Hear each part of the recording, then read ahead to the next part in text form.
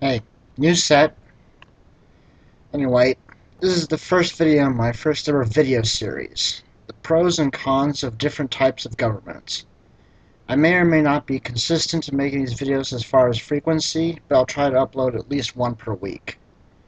Anyway, on to the first form of government, which you may have guessed from the title. If you had to look back at the title to remember it, I don't think you have any business watching this video, or any other video with content that is of importance to anyone but yourself. For those of you who didn't have to look back at the title, I congratulate you for your currently uncommon brilliance and ask you to continue watching.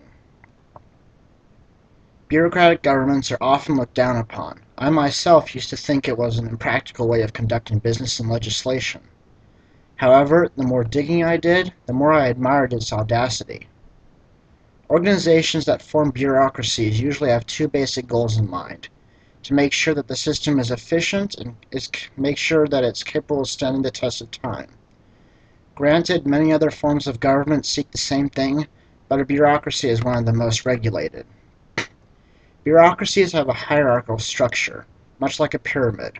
The higher up in the pyramid a person is, the more authority and influence the person has over the system. However, because only the implications of authority are used to keep a pure bureaucracy in effect, this system can be crippled if enough low-level people don't obey authority figures. Bureaucracies also record everything that they do in order to set precedents that will be followed in the near future. For example, a bureaucracy may have punished murder with 10 years of prison time in the past. Because bureaucracies keep records, the action is always carried out for each murder that occurs in the future. So, when a serial killer murders 8 people under the same bureaucracy, that serial killer is punished with 80 years in prison. However, this cycle of precedent following does have its drawbacks. What if the punishment for murder is death? Under this rule, a person who didn't mean to kill someone but is still responsible for their death would be executed. I, for one, think that's at the very least unfair, and it's a horrible flaw in consistency. Furthermore, what if the records are altered? Some douchebag decides to alter the evidence so the punishment for murder would be 20 years instead of 10. This is another flaw in consistency, but it requires more planning and diligence. Bureaucracies also have a set of professionalized bureaucrats, who usually serve directly under those with great power in the system. These people are tasked with helping their superiors run things by getting to the heart of all issues that their superiors are faced with, as well as taking the places of their superiors when they are absent.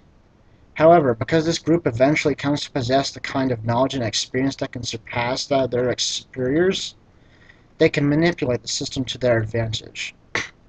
Finally, bureaucracies love rules. Most of a bureaucracy's rules come out of its records. These rules also help organizations operate more efficiently and rationally. However, bureaucracies work with a great number of rules and that often contradict themselves and can lead to disclosure and discourse and possible collapse.